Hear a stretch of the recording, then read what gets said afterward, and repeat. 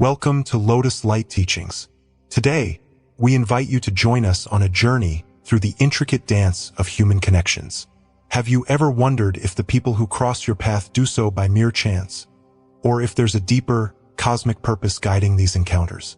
Together, we'll explore the timeless wisdom of Buddhism, how karma and interconnectedness weave the fabric of our relationships, how even fleeting interactions can leave profound impressions, and how every person we meet holds a lesson or a gift for our growth. Stay with us as we uncover the nurturing hands that guide us, the challenges that strengthen us, and the fleeting moments that transform us. Let's reflect, grow, and discover the beauty in the symphony of our lives. Have you ever looked back on your life and wondered why some people seem to appear at just the right moment? Like a lighthouse guiding a lost ship through a storm? Maybe it was a kind stranger who said the perfect words when you needed them most, or perhaps someone who challenged you in ways that felt unfair but ultimately made you stronger. Do these encounters happen by chance, or is there a greater design weaving the fabric of our lives? As you and I embark on this journey together, I invite you to take a deep breath. Imagine life as a flowing river, its currents crossing paths with others in ways we can't always understand at first glance. Every ripple, every wave is shaped by unseen forces that Buddhist teachings call karma or dependent origination, pratityasamutpata. In this moment, let us pause and reflect. Could the people in our lives be more than mere coincidences? Could they be lessons, mirrors, or guides sent to help us along our spiritual path? I'm here with you not as a teacher, but as a fellow traveler, someone who has also struggled with the whys of human connection. Together, let's explore these questions. Let's unravel the stories of encounters that change us, the challenges that shape us, and the gratitude that lifts us higher. Whether you find joy or pain in recalling certain relationships, there is meaning to be uncovered in every connection. This isn't just my story or yours. It's the timeless story of humanity. So lean in. This is our moment to reflect, to discover, and to grow. As we walk this path, I'll share with you not only teachings from Zen and Buddhism, but also tales of everyday lives. Stories that, like your own, are filled with struggles, breakthroughs, and quiet triumphs. Let's begin. As the sun rises over the horizon, painting the world in shades of gold and amber, we find ourselves reflecting on the intricate dance of human connections. Life, much like a river, flows with twists and turns, its currents intersecting in ways that feel both purposeful and mysterious. Have you ever met someone who, in the briefest moment, changed the trajectory of your life? Or perhaps there's been someone whose presence felt oddly familiar, as though they were always meant to be a part of your story. These encounters, whether fleeting or enduring, hold lessons, subtle whispers from the universe guiding us toward greater understanding and growth. In Buddhist philosophy, these moments are not seen as random. Rather, they are threads woven into the fabric of our existence, each one carrying the weight of karmic intent. It's as if life itself conspires to place the right people at the right time, offering us opportunities to learn, heal, and transform. Let's walk this path together, gently unraveling the meaning behind the people who cross our lives. Imagine, for a moment, a quiet garden in spring, each flower representing a unique connection. Some bloom brightly but fade quickly. Others grow steadfastly, offering shade and comfort through the seasons. Each one has a purpose, just as each person who enters our lives carries a lesson. Consider a young woman named Emma, standing at a crossroads in her life. Overwhelmed by uncertainty, she stumbled into a bookstore one rainy afternoon, seeking solace in the rows of forgotten stories. There, she met an elderly man named Samuel, whose eyes held the depth of countless sunsets. Samuel struck up a conversation, sharing a story about his own journey and how he found clarity in the simplest moments. Though their exchange lasted no more than an hour, Emma left the bookstore feeling a spark of hope she hadn't felt in months. Samuel was her messenger, his words a gentle nudge from the universe reminding her to trust her instincts. Haven't we all experienced such moments? A stranger offers advice that resonates deeply, or a chance encounter reveals a truth we were too blind to see. These messengers are not always obvious. Sometimes they come wrapped in challenges, their lessons disguised as conflict or difficulty. A contentious colleague, for example, might teach us patience or resilience. An old friend who drifts away might show us the value of cherishing meaningful relationships. As we ponder these connections, let's delve into the Buddhist concept of karma. Karma is often misunderstood as mere cause and effect, but it is far more nuanced. It's the law of moral causation, the ripples of our past actions manifesting in our present. Every person we meet is tied to this karmic web, their presence in our lives influenced by past deeds and intentions, both ours and theirs. Imagine two strangers, Ethan and Maya, who meet in a bustling coffee shop. As their eyes meet, there's an inexplicable sense of familiarity. They strike up a conversation and quickly discover shared experiences and dreams, as though they've known each other for lifetimes. From a karmic perspective, this bond may stem from unresolved connections in a previous existence. Perhaps they were siblings, friends, or even adversaries in another life. Now, in this life, the universe grants them another chance to heal, to reconcile, or to grow together. Karmic relationships are not always harmonious.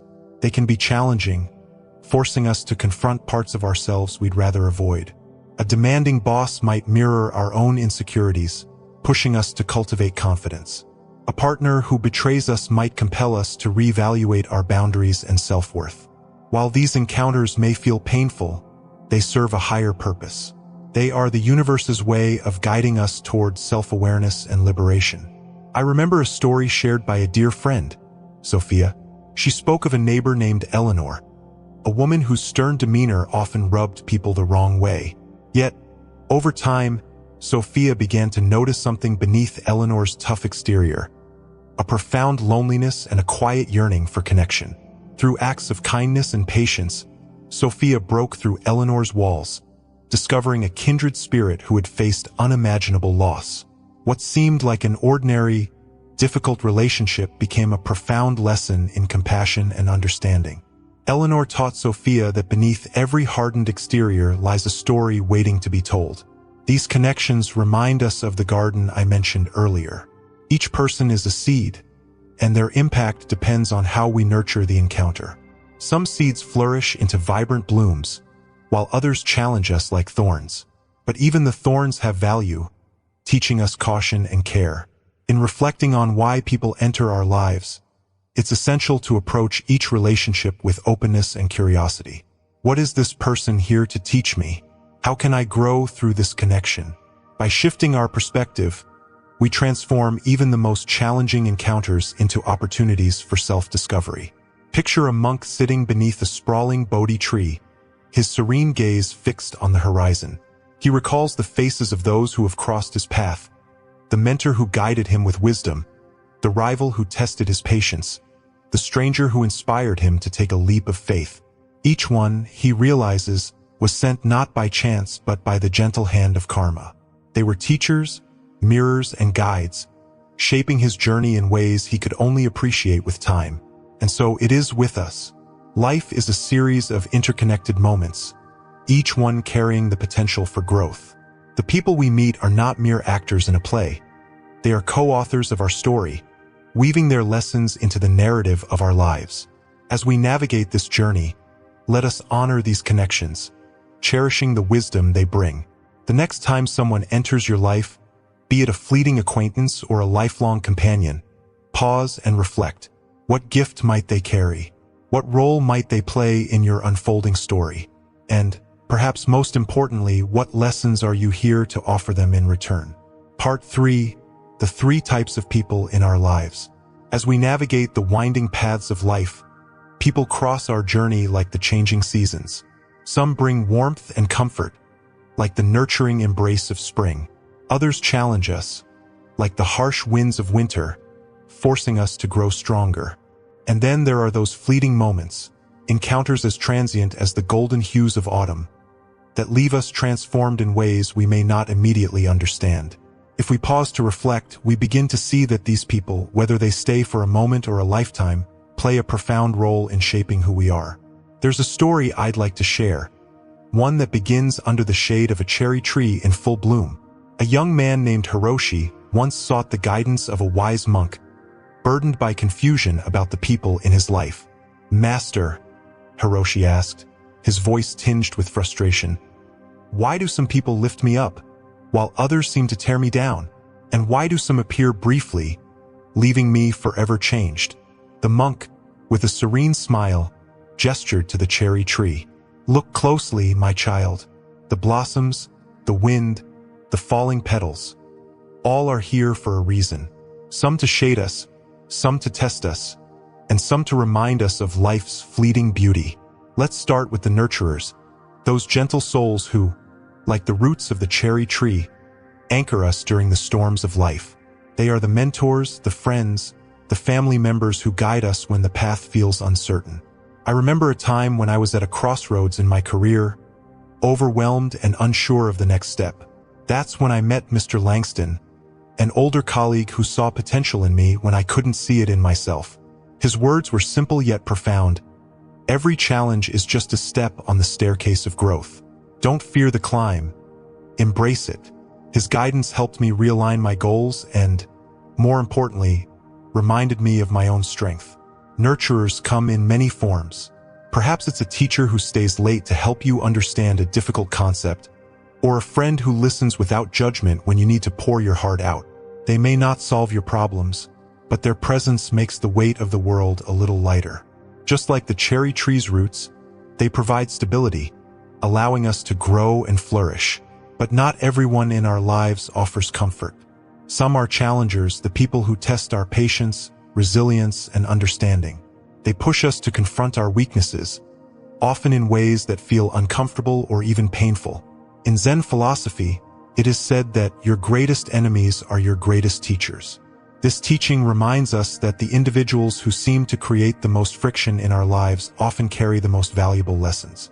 There's a Zen parable about a novice monk named Kaido, who was known for his diligence but also for his pride. One day, a new monk arrived at the monastery, brimming with arrogance and quick to criticize Kaido's every action. At first, Kaido was enraged, his pride wounded by the newcomer's sharp words. But over time, he began to see that his anger was not caused by the other monk, but by his own ego. Through humility and self-reflection, Kaido grew not only as a monk but also as a person. The arrogant peer unwittingly had been his greatest teacher. In our own lives, challengers may come in the form of a demanding boss, a difficult family member, or even a competitor who forces us to push beyond our limits. Though their presence may feel like a storm, they are the winds that strengthen our roots. When we look back, we often find that the most challenging relationships were the ones that taught us the most about ourselves. And then there are the catalysts, the people who appear briefly but leave a lasting impact. Their role in our lives is like that of a falling cherry blossom, short-lived yet unforgettable. I once met a woman named Clara on a train ride. We shared a conversation that lasted no more than an hour, yet her words have stayed with me for years. She spoke of her journey leaving a stable job to pursue her passion for painting, and her courage ignited something within me. That brief encounter gave me the push I needed to take a leap of faith in my own life. Catalysts can come in many forms. A stranger who shares a kind word, a fleeting friendship during a difficult time, or even a book or song that shifts your perspective. They remind us that life's most profound moments often come unexpectedly, like a spark in the dark. As Hiroshi sat beneath the cherry tree, listening to the monk's wisdom, he began to see his life in a new light. The nurturers, the challengers, the catalysts, they were not random figures but essential parts of his journey. Each one, in their own way, had shaped the mosaic of his existence. And so it is with us.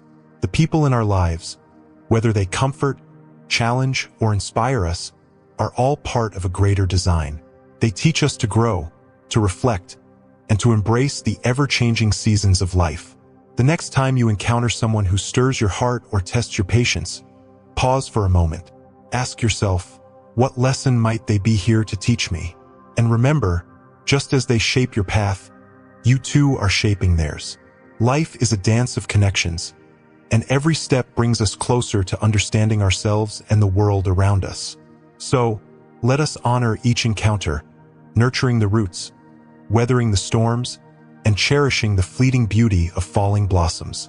After all, Isn't it these moments that make life truly extraordinary? Part 4. Hidden Gifts in Painful Encounters.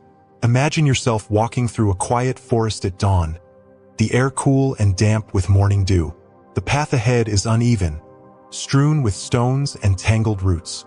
As you step cautiously, you stumble on a jagged rock, scraping your hand as you catch yourself. The pain is sharp, startling, but as you look closer, you see the rock isn't ordinary. It's a rough gem, its edges glinting faintly in the soft light. That moment of discomfort becomes one of discovery, a hidden gift revealed in the very thing that caused you pain. This is how life often works, isn't it? The encounters that hurt us the most are the ones that hold the deepest lessons, if we only choose to see them.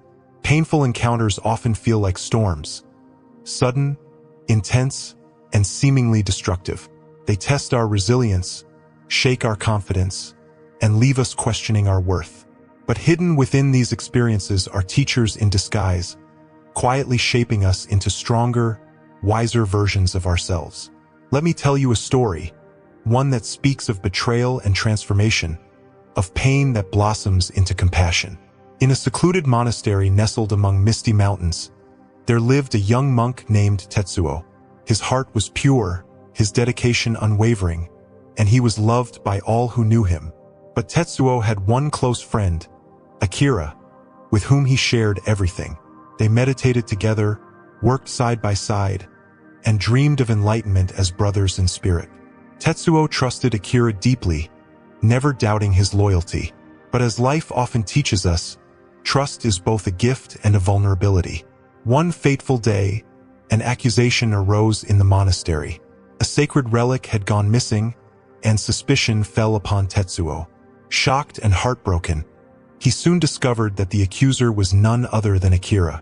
Consumed by envy and seeking favor from the elders, Akira had betrayed his closest friend. Tetsuo's world crumbled. The pain of the betrayal was a heavy stone pressing on his chest, threatening to suffocate him. In his despair, Tetsuo sought solace in solitude. He wandered into the forest, his heart a storm of anger, sadness, and confusion. Sitting beneath a towering cedar tree, he cried out, "Why? Why would someone I trusted so deeply hurt me so cruelly?"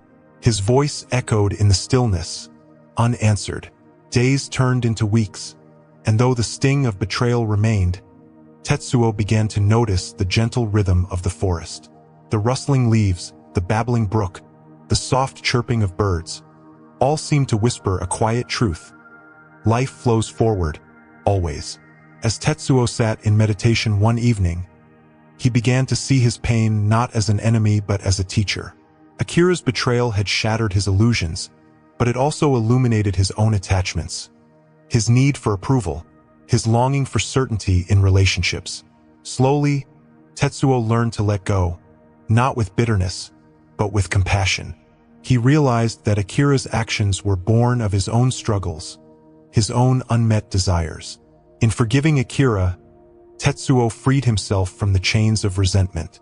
Years later, Tetsuo returned to the monastery, now a man of quiet strength and profound wisdom. His compassion radiated, touching everyone he met. The betrayal that once seemed like a curse had become his greatest teacher, shaping him into a revered guide for others. We've all faced our own Akiras, haven't we? Perhaps it was a friend who abandoned us in a moment of need, a partner who broke our trust, or a colleague who undermined our efforts. These experiences leave scars, but they also offer us a choice: to remain bound by anger or to transform our pain into growth. The Buddhist path invites us to embrace detachment, not as indifference, but as a way of freeing ourselves from the weight of expectations and hurt. Detachment is like releasing a bird you've been holding too tightly. At first, it feels like loss, but as you watch it soar, you realize the beauty of letting go. To detach doesn't mean we stop caring. It means we stop clinging. It means we allow life to flow naturally, trusting that every experience, even the painful ones, serves a purpose. If you're carrying the burden of a painful encounter, I invite you to try a simple exercise, a meditation for releasing lingering pain. Find a quiet space where you won't be disturbed. Close your eyes and take a deep breath, letting the air fill your lungs and then release it slowly. Picture the person who hurt you. Notice how their image makes you feel. Perhaps there's anger, sadness, or disappointment. Allow yourself to feel those emotions fully without judgment. Now imagine a soft, golden light surrounding both you and this person. This light represents compassion, understanding, and the interconnectedness of all beings. With each breath, let the light grow brighter, dissolving the pain and resentment in your heart. Silently, say to yourself, I release you, I forgive you, and in doing so, I free myself. Repeat this as many times as you need until you feel a sense of lightness, however small. This practice doesn't erase the hurt, nor does it justify the actions of those who wronged us. But it does create space for healing, for understanding, and for moving forward. As Tetsuo discovered, the true gift of painful encounters is not in forgetting but in transforming. Through pain, we learn resilience. Through betrayal, we learn trust in ourselves. And through letting go, we discover the boundless capacity of the heart to heal and grow. The next time life places a jagged rock in your path, pause before cursing it. Look closely. It might just be a hidden gem, waiting to teach you something you never knew you needed. And when you've learned its lesson, carry it forward, sharing your light with others who may still be searching for their own. Part 5. Cultivating gratitude for encounters. Imagine a soft morning light streaming through your window, touching everything in its path with a golden hue. The world feels still, wrapped in the warmth of a new day, as if whispering an invitation to pause and reflect. In that moment, have you ever thought about the people in your life? Not just the ones you hold dear, but even those who seem to pass by unnoticed? What if every encounter, no matter how small or significant, was a gift waiting to be unwrapped? Gratitude, when cultivated, turns the mundane into the extraordinary and reveals the profound interconnectedness of all our relationships. Let's begin with a simple truth. We often take people for granted. We're so absorbed in our daily lives, work deadlines, errands, the endless scroll of a phone screen, that we rarely stop to truly see the individuals around us. Perhaps it's the barista who smiles warmly as they hand you your coffee, or the friend who listens patiently when your thoughts are tangled. These moments seem fleeting, but they hold a quiet power. Practicing mindfulness in relationships allows us to awaken to this power, to fully experience and appreciate the presence of others in our lives. There's a story I'd like to share, one that begins in a small Zen monastery nestled deep within a forest. A young monk named Haruto was known for his tireless dedication to his tasks, but also for his tendency to rush through them. One morning, the head monk assigned him to sweep the temple grounds. Haruto swept furiously, eager to move on to the next task, when the elder appeared and gently asked, "Haruto, are you aware of the leaves beneath your broom?" Confused, Haruto replied, "I'm just cleaning them away."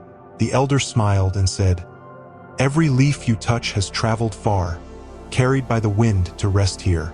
Sweep them with care, as if each one were a story."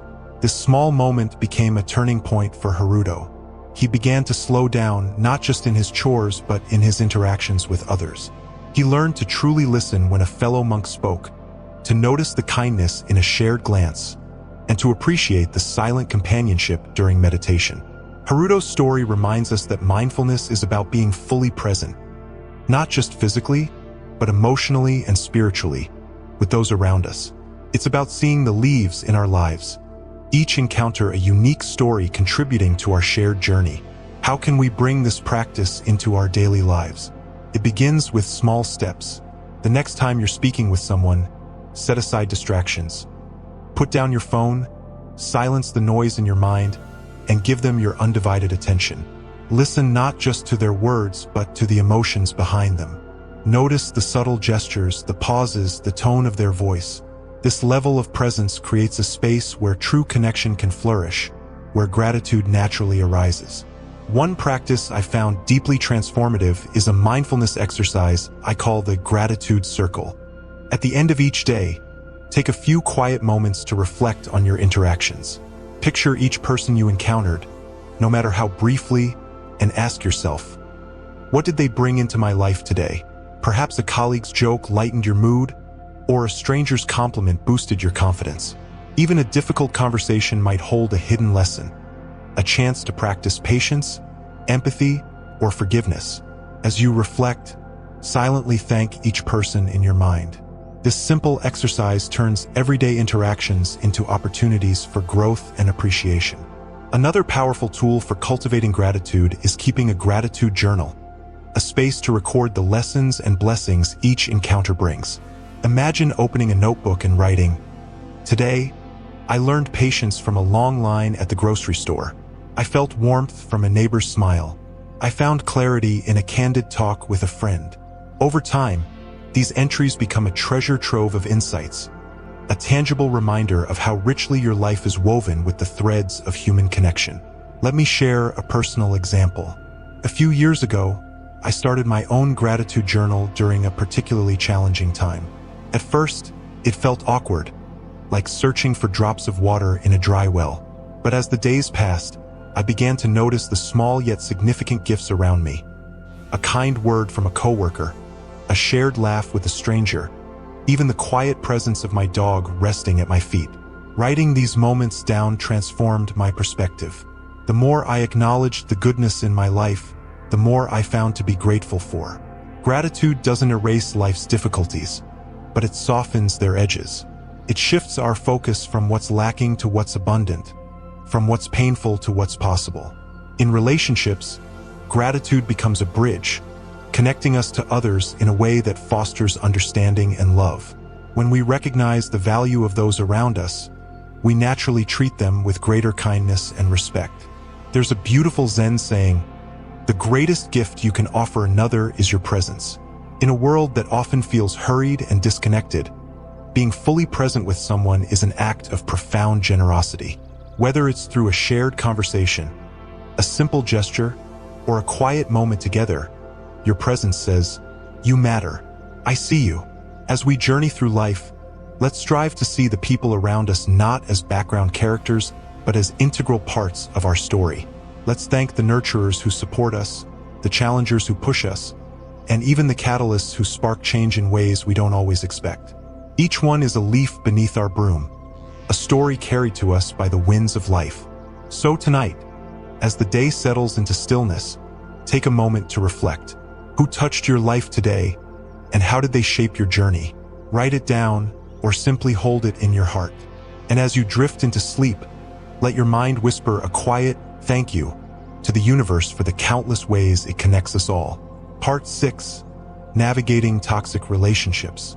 Imagine standing on the shore of a calm lake at dawn, the water so still that it reflects the sky like a mirror. For a moment, everything feels serene, the world in perfect balance. But then, a single pebble falls into the water, breaking the surface and sending ripples outward. Relationships can be like that lake, peaceful and grounding when harmonious, yet easily disrupted by the presence of toxicity. Navigating these disruptions requires awareness, wisdom, and courage, much like a sailor steering through rough seas. Toxic relationships don't announce themselves with flashing signs or dramatic warnings. They creep in quietly, like shadows stretching across a sunlit field. Recognizing them is often the first and hardest step. The Zen monk Aizen once spoke of 8 signs to watch for in those who may harm your emotional well-being. His wisdom, though centuries old, resonates deeply in our modern lives. The first sign Aizen spoke of was manipulation, the subtle art of bending others to one's will. In today's world, manipulation might look like a colleague who twists facts to shift blame or a friend who guilt-trips you into doing things against your better judgment. It's like a tangled web, invisible at first but increasingly suffocating as you struggle to break free. When someone consistently distorts reality to serve their own ends, it's a clear signal to tread carefully. Another sign is destructive criticism, the kind that tears down rather than builds up. Picture a garden, where words should nourish like sunlight and water. But toxic criticism is like a constant barrage of acid rain, leaving plants wilted and lifeless.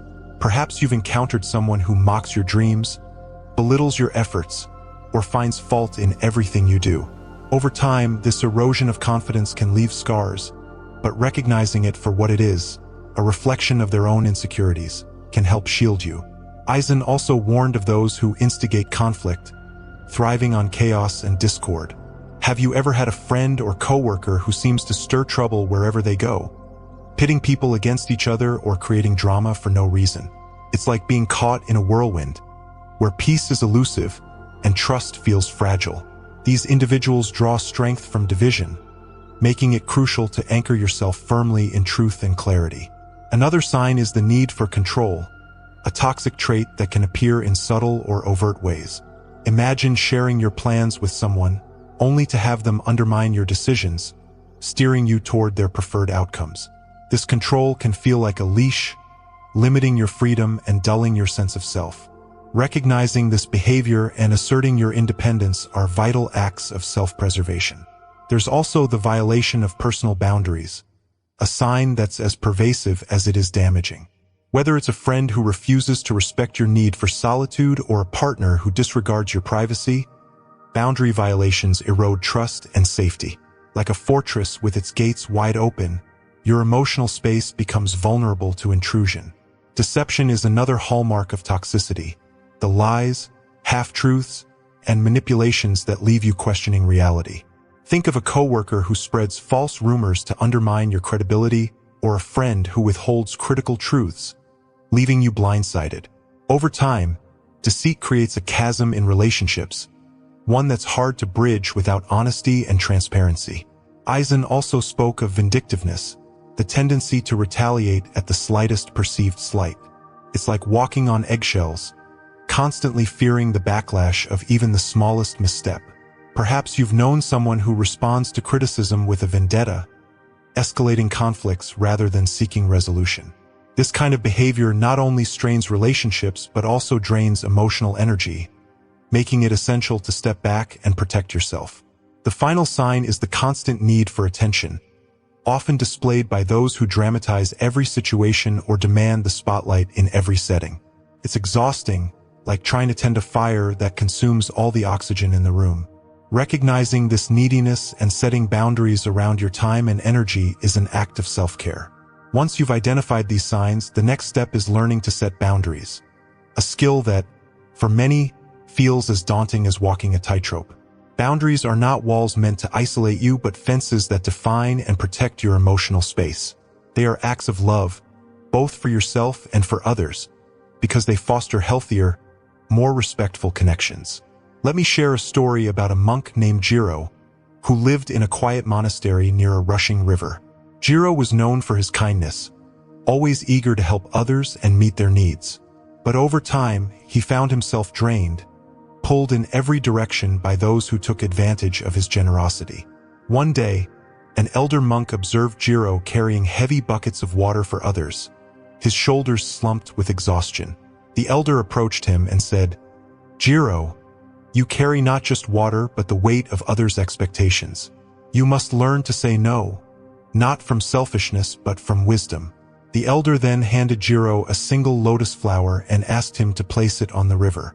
As Jiro watched the flower float effortlessly on the current, the elder said, "You see, the river supports the flower without resistance, yet it does not allow the flower to sink it. Be like the river. Offer your support, but do not let others overwhelm your flow." Inspired by this lesson, Jiro began practicing the art of setting boundaries. When someone asked for help, he paused to consider whether it aligned with his capacity and values. He learned to say no with compassion, explaining his limits without guilt or anger. Over time, Jiro found balance, his kindness no longer a source of depletion, but a wellspring of genuine connection. In our own lives, setting boundaries can feel uncomfortable at first, especially if we fear rejection or conflict. But it's essential to remember that boundaries are not about shutting people out. They're about inviting respect and understanding into our relationships. Start small. Practice saying no to requests that feel burdensome. Communicate your needs clearly and calmly. And most importantly, honor your own well-being, knowing that you cannot pour from an empty cup.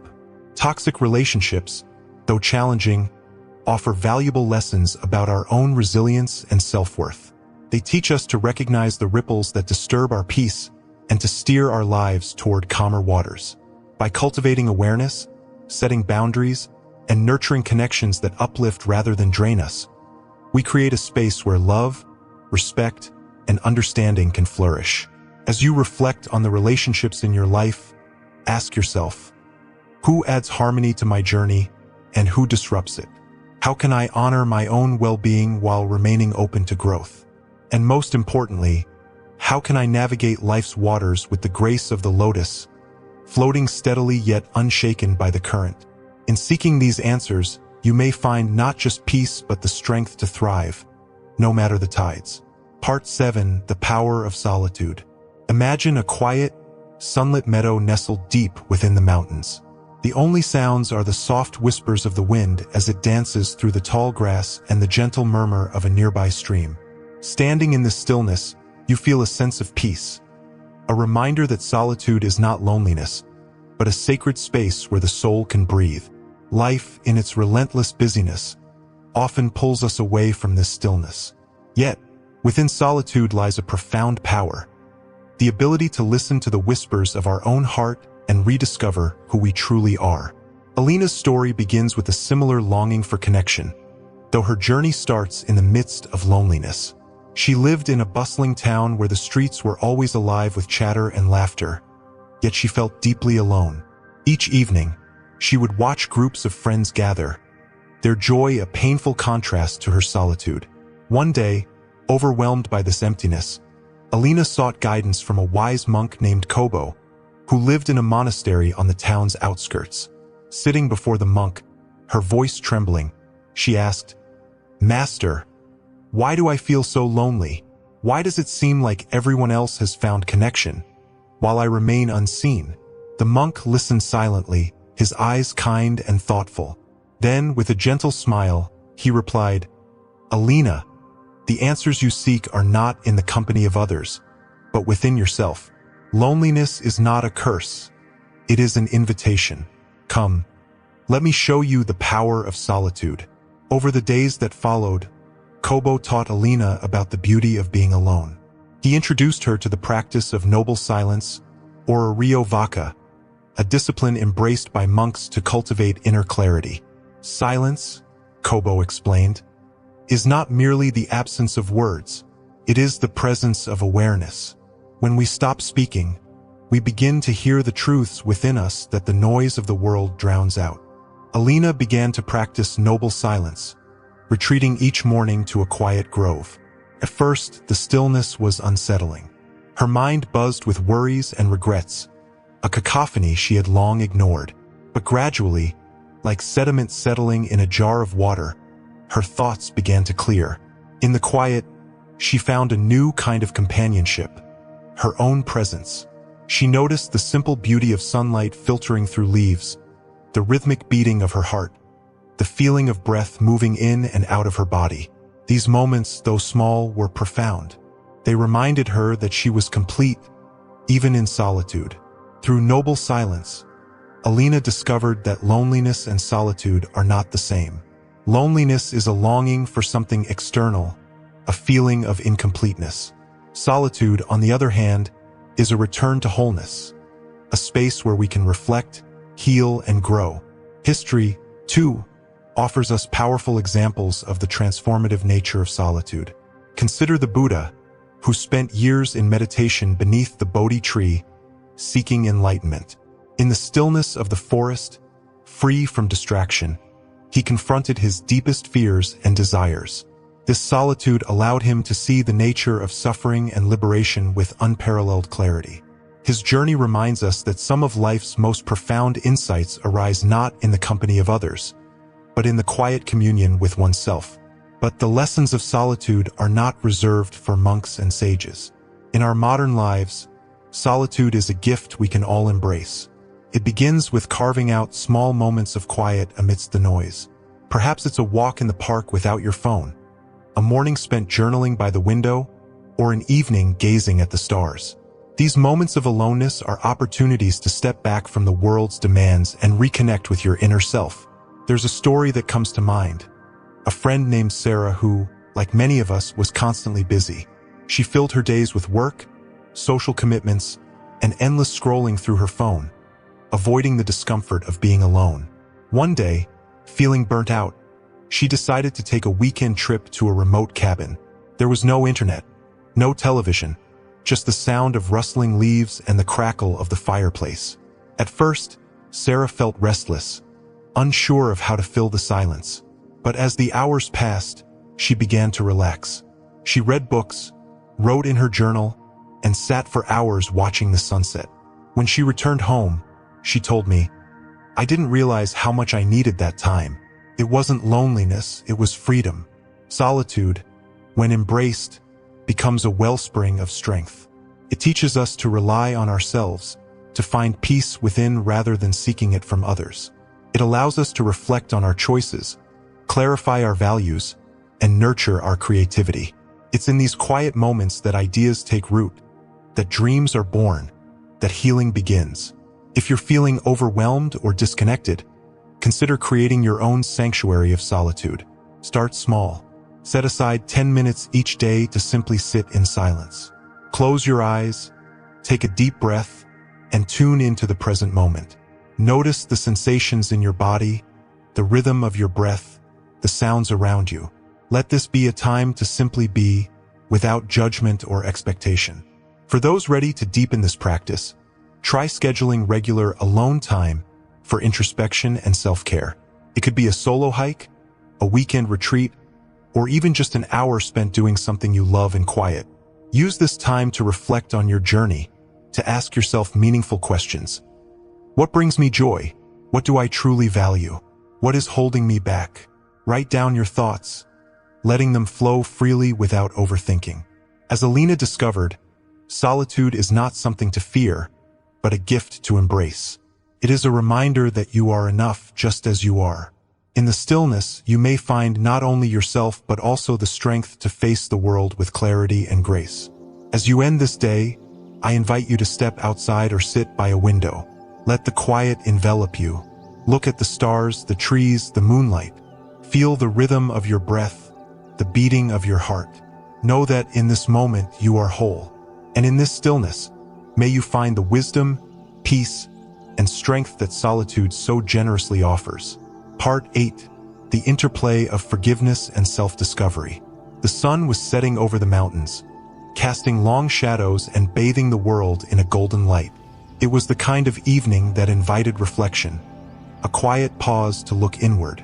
Forgiveness is much like that sunset, a moment of beauty and release that allows the day's burdens to fade, leaving space for the cool peace of night. But forgiveness is not always easy. It can feel like trying to unclench a fist that has been tightly gripped for too long, painful and resistant. Yet, when it comes, forgiveness liberates not just the forgiven but also the forgiver. It is an act of profound self-discovery, a path to inner peace. There is a story, often told in Buddhist teachings, about a merchant and the Buddha. The merchant, a man of great ambition, was consumed by anger and resentment. He believed his sons had been misled by the Buddha, who encouraged them to abandon worldly pursuits for a life of spirituality. Enraged, the merchant approached the Buddha, determined to confront him. When he found the Buddha sitting peacefully under a tree, the merchant's fury boiled over. He spat at the Buddha, his anger erupting in a single act of defiance. The Buddha, however, remained still, his face serene and untroubled. He looked at the merchant with eyes full of compassion and said nothing. The act of spitting, meant to humiliate, dissolved into the calm atmosphere surrounding the Buddha. The merchant, expecting retaliation or condemnation, instead felt the weight of his own actions. He left, confused and unsettled, his anger now mixed with shame. That night, the merchant couldn't sleep. He replayed the encounter in his mind, haunted by the Buddha's unwavering peace. He realized that his anger was not toward the Buddha but toward himself. His fear of losing control, his inability to accept his son's choices. Days later, the merchant returned to the Buddha, this time with humility. He bowed deeply and said, "Forgive me, great teacher, for my ignorance." The Buddha, with a gentle smile, replied, "There is nothing to forgive. Your actions were yours, not mine. Forgiveness is something you must offer yourself. This story holds a profound truth. Forgiveness is not an external act, but an internal state. It is not about absolving someone else of their wrongdoing. It is about freeing ourselves from the chains of anger, guilt, and resentment. In Buddhist philosophy, forgiveness is seen as an act of compassion, not only toward others but also toward oneself. It is a recognition that holding on to pain only deepens our suffering, while letting go creates space for healing and growth. Imagine a man named Daniel, whose relationship with his father had been strained for years. Growing up, Daniel felt neglected, his father's harsh words leaving wounds that festered into adulthood. For years, Daniel carried this pain like a heavy backpack, unable to forgive the man who had caused it. One day, after yet another argument, Daniel realized that his anger was consuming him. It affected his relationships, his work, and even his health. He decided to seek help, turning to therapy and mindfulness practices. Through this journey, Daniel began to see his father not as the towering figure of his childhood, but as a flawed and wounded man. He learned about his father's struggles, the pressures he faced, and the trauma he carried. This understanding didn't excuse the pain Daniel had endured, but it softened the edges of his resentment. One evening, during a quiet meditation, Daniel envisioned his father as a young boy, scared and vulnerable. He whispered to himself, "I forgive you, not because you asked for it, but because I need to let this go." Forgiveness doesn't mean forgetting or condoning harm. It means choosing not to let the pain define you. It means finding compassion, not necessarily for the actions of others, but for the humanity that connects us all. When Daniel finally called his father to express his feelings, he found that the act of forgiving had already lightened his heart. The conversation was difficult, but it marked the beginning of a new chapter, a chapter of understanding and peace. Self-forgiveness, too, is an essential part of this journey. We are often our own harshest critics, clinging to mistakes and regrets as though punishing ourselves will somehow make amends. But self-forgiveness is not about denying responsibility. It is about acknowledging our imperfections and choosing to move forward with kindness. There was once a young monk named Taro who accidentally broke a sacred relic in the monastery. Overwhelmed by guilt, he avoided the other monks and began isolating himself, convinced that he was unworthy. The head monk, noticing Taro's distress, approached him one evening. "Taro," he said gently, "do you think the relic was flawless before it broke?" Taro looked confused. "Yes, master. It was perfect." The head monk smiled. "But its perfection did not make it eternal. All things, even the sacred, are subject to change. Your mistake was not breaking the relic, but believing that perfection was ever required." These words struck Taro deeply. Over time, he learned to forgive himself, recognizing that his value was not diminished by his mistakes. In fact, it was through these moments of failure that he grew, becoming a source of compassion and wisdom for others. Forgiveness, whether directed toward others or ourselves, is an act of liberation. It unshackles us from the past, allowing us to step into the present with a lighter heart. To cultivate this practice, try a compassion meditation. Sit quietly and bring to mind someone you wish to forgive, or perhaps yourself. Picture a soft light surrounding them, a light that grows warmer and brighter with each breath. Repeat silently, "May you be free from suffering. May you find peace. May I release this pain." Let the light fill your heart, melting away the resentment or guilt. As the day draws to a close, take a moment to reflect. Who in your life needs forgiveness? What part of yourself deserves it? Like the merchant, you may find that forgiveness is not a gift you give to others, but a gift you give to yourself. In letting go, you create space for love, understanding, and self-discovery. And in that space, like the stillness of the evening, you may find a peace that feels as vast and boundless as the sky. As we draw our conversation to a close, let me ask you one last question. Who has left the deepest mark on your life? Was it someone who offered unconditional support, or perhaps someone who hurt you, forcing you to grow in ways you never thought possible? The stories we've shared today remind us that every encounter is part of a larger, intricate symphony. Like the melody of a well-composed piece, Each person we meet plays a role in shaping our experience. Some are like steady drumbeats, grounding us in our most challenging times. Others are fleeting, like the delicate notes of a violin, passing through our lives but leaving an echo that lingers. And then there are those who act as crescendos, shaking us to our core and awakening new parts of ourselves. In Buddhist philosophy, these encounters are not random. They are the result of karmic forces that guide us toward growth, understanding, and liberation.